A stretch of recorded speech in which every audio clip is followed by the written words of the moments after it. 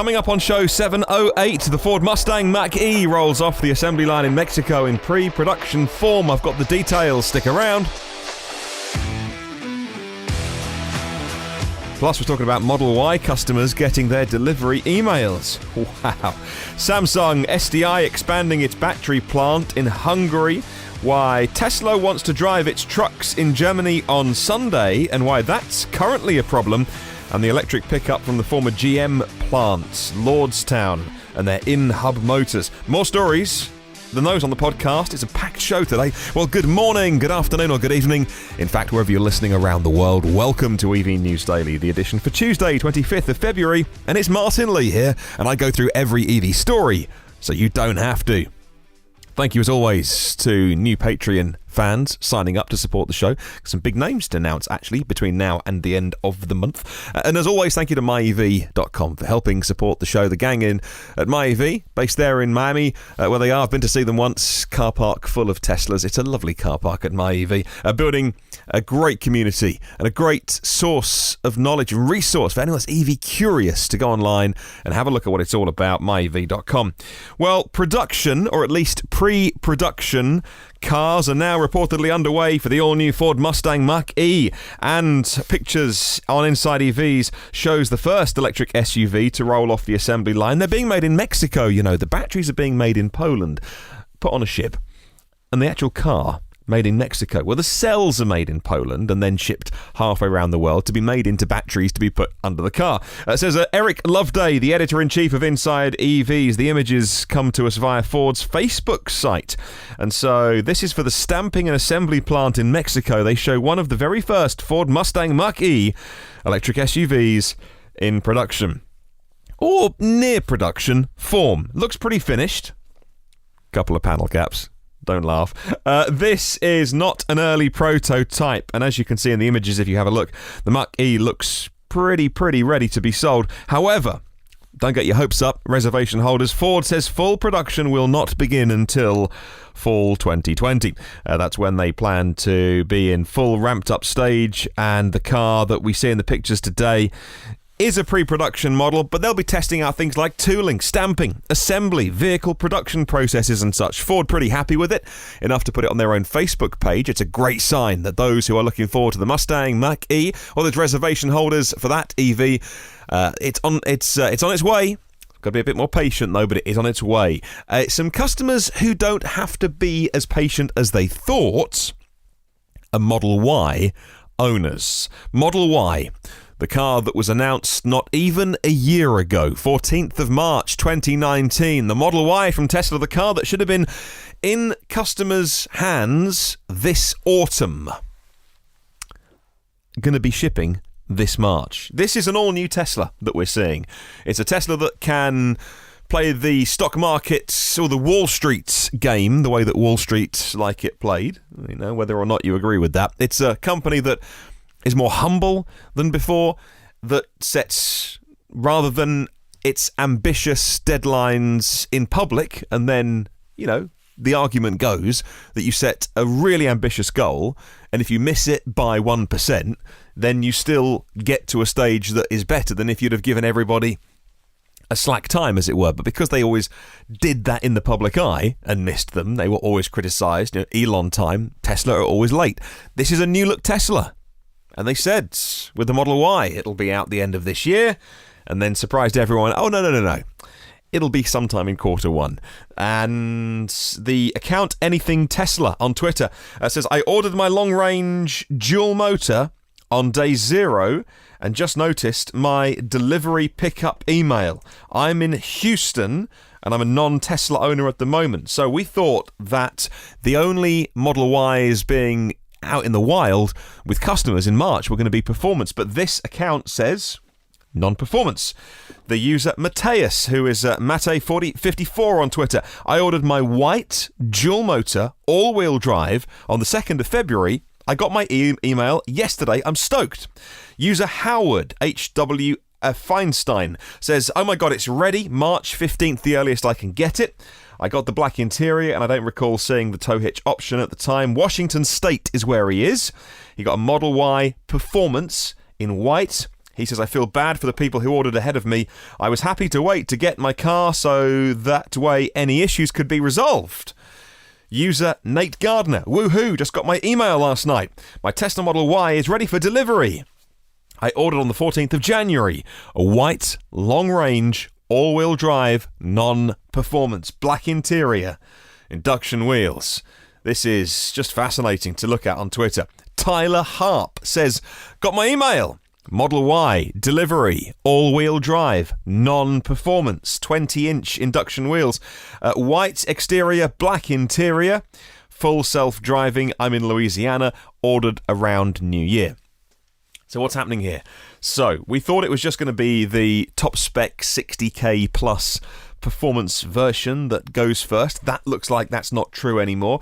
We thought that it was only cars with the black interior, and that seems to be the case for pretty much everybody. But what is definitely not the case is Tesla doing these California-only deliveries, because we can see there that we've got Washington State, we've got Louisiana.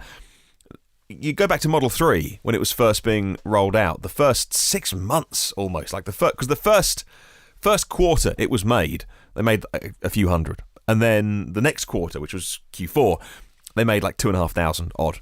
But they were all for California, right? And this time with Model Y, going all over United States. And loads of people, if you just go online and do a search on Twitter, if you're as nerdy as I am, so many people posting screenshots saying, I've got my email. The other interesting thing is, this is in no way in any sort of chronological order. There are people here who, in February, earlier this month, decided, you know what, I'm going to buy a Model Y. And they've got their delivery email, or their email saying, when can you take delivery? There are people who have, on day one, like a year ago, put their order in and have heard nothing. So that is kind of curious. So yeah, what was it? I think it was 14th of March. That's off the top of my head. I need to make sure that I'm not misspeaking there, but I think it was 14th. So given that they say that deliveries are going to begin 15th of March, that's what they're saying publicly to actual customers, I'm going to put my finger in the air here with no inside knowledge and say that there will be an event of some kind on the 14th of March to do a handover, some sort of event, whether it is live streamed or whether it's low-key, but it just seems too coincidental. That will be a year to the day from when they revealed the car. And I imagine there'll be some sort of email that goes out probably 2 weeks before the event, inviting media and all those kind of things. Who knows? It might just be a private ceremony handing over to staff, and they are going to do founders editions of these. So maybe that's maybe 14th will be founders, 15th will be everybody else. Who knows? But it's, for those people who have ordered theirs, very, very exciting. The Samsung SDI battery plant in Hungary is next in the news today.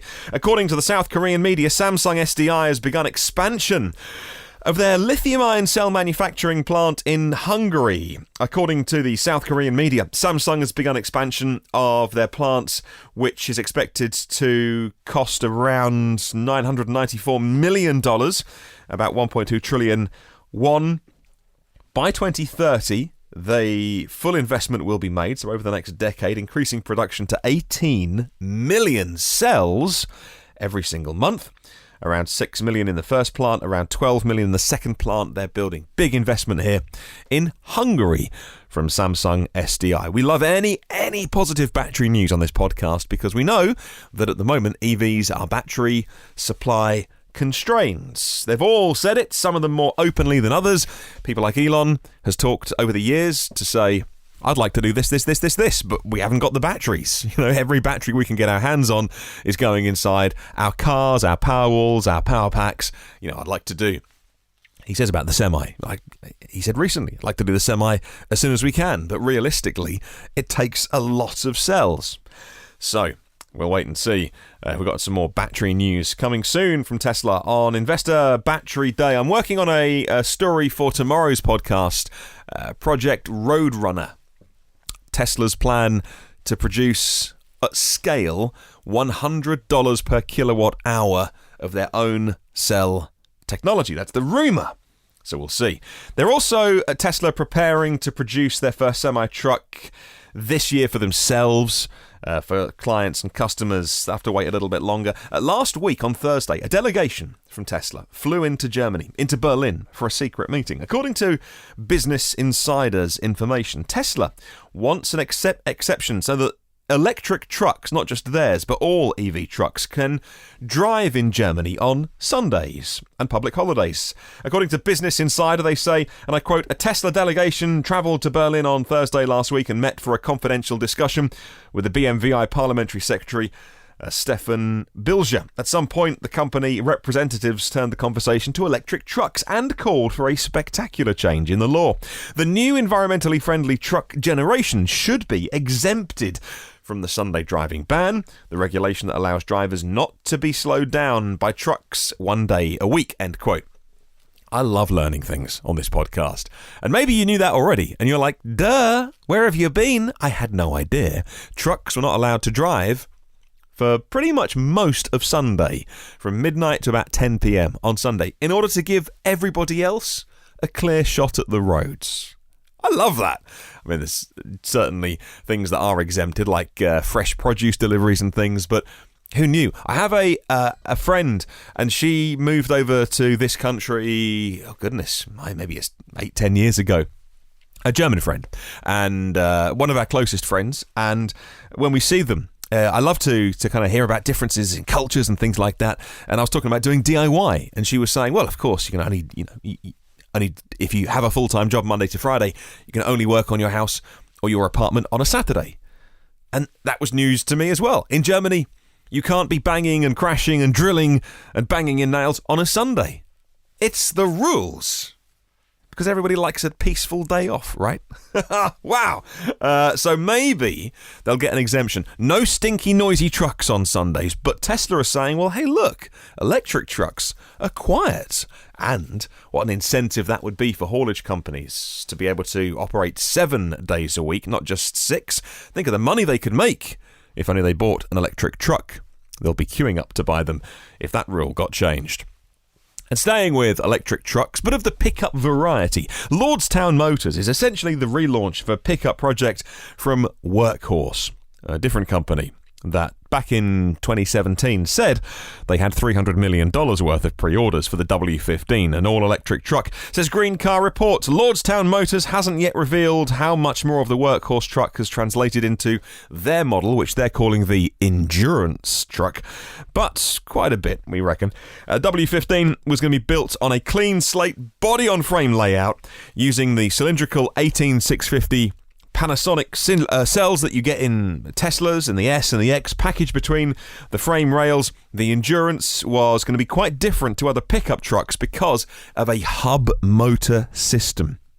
It frees up space under the truck, and it mounts the motors inside the wheel hub. A number of suppliers like, I think they're called Elaf, maybe? Protean and Nidec have developed modern in-wheel motors that fit in about the space of an old-style drum brake.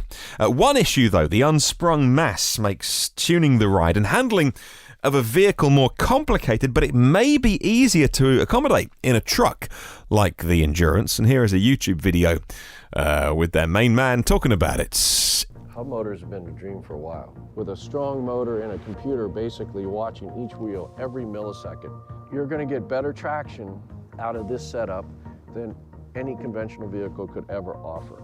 So a hub motor system is their weapon of choice. It's their preferred option. Let's see how far they get. Good luck to anybody that wants to make an EV these days.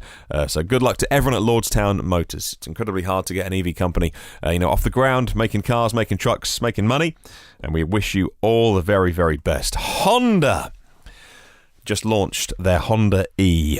Honda wants to electrify 2/3 of their lineup by 2030. In the next 10 years, 2/3 want to electrify, not be full electric, which means the future performance vehicles from the brand could well be EVs in the future. Hideki Kakinuma is Honda's Civic Type R project leader. Type R, of course, the racing, R for racing bit of Honda. Was talking to Motor Trend about what might happen. Yes, of course, an electric Type R is possible, he said. He indicated the major challenge was offering the necessary performance at a reasonable price, and According to Chris Bruce at Motor One, the Civic is currently the only vehicle in the lineup to meet the requirements of what a Type R needs to be. Rumours suggest the next generation Civic Type R could be a hybrid, but not full electric. That's not the plan. If an electric Type R happens, well, it could be the Honda E, which just launched. The Honda E Type R. Well, that could happen. Well, the standard one has two options. A motor on the rear axle, either 136 horsepower or 154 horsepower. The battery, well, it's 135.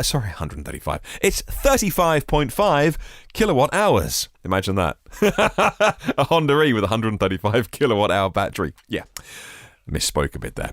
A 35.5 kilowatt hour battery, 137 miles of range, that's 220 kilometres. So if they were going to do a Honda E Type R, you got to have a bigger battery, or at least be prepared for the range to drop. And I'm not sure they would, so somehow they'd have to get more energy density in, which means maybe waiting, maybe for a product cycle, which could be 2 to 3 years for the next generation batteries, because it's such a small car. It's a little city urban car. You haven't got a big space like a pickup truck in order to place additional batteries. You are limited with your floor plan. So, no, I'm not sure about that. They could do. I mean, I'm sure they could whack an enormous motor in the back of it, but the efficiency and the range would take such a hit. I don't know. Well, we'll watch that one.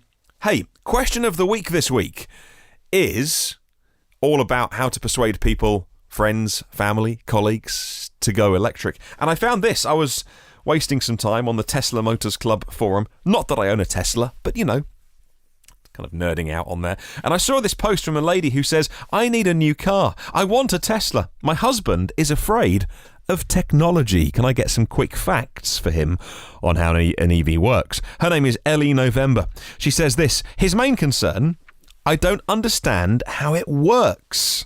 End quote. I've told him how to do some research, like I have, but he can't grasp what makes the wheels physically move on a Tesla.